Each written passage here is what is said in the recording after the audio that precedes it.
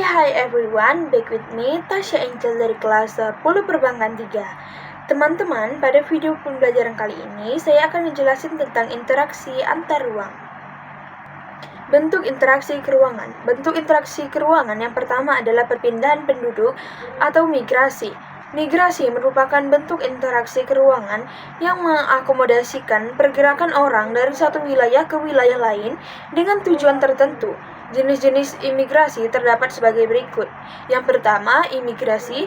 Yang kedua, emigrasi. Yang ketiga, urbanisasi, ruralisasi, transmigrasi, evakuasi, sirkulasi, dan juga komutasi. Yang kedua, ada bentuk interaksi keruangan komunikasi.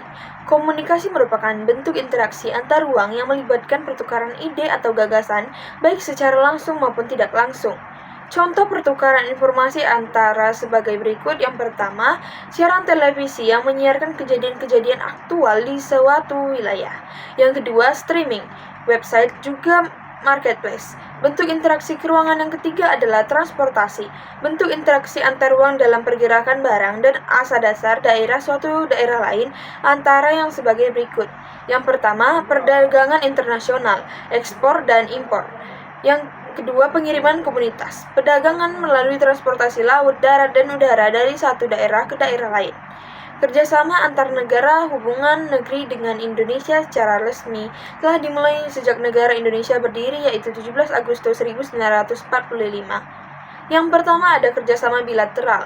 Kerjasama tersebut merupakan kerjasama yang dilakukan antar dua negara yang terdapat aktivitas timbal balik kedua belah pihak tersebut. Yang kedua, kerjasama regional. Kerjasama regional adalah kerjasama antar negara di suatu kawasan yang umumnya berdekatan. Tujuan utama kerjasama tersebut adalah untuk memajukan dan memperkokoh eksistensi negara yang berada pada suatu kawasan. Yang ketiga adalah kerjasama multilateral. Kerjasama multilateral merupakan bentuk kerjasama yang melibatkan lebih dari dua negara ataupun kelompok. Kerjasama tersebut tidak memandang regional kewilayahan. Berikut beberapa lembaga-lembaga dunia.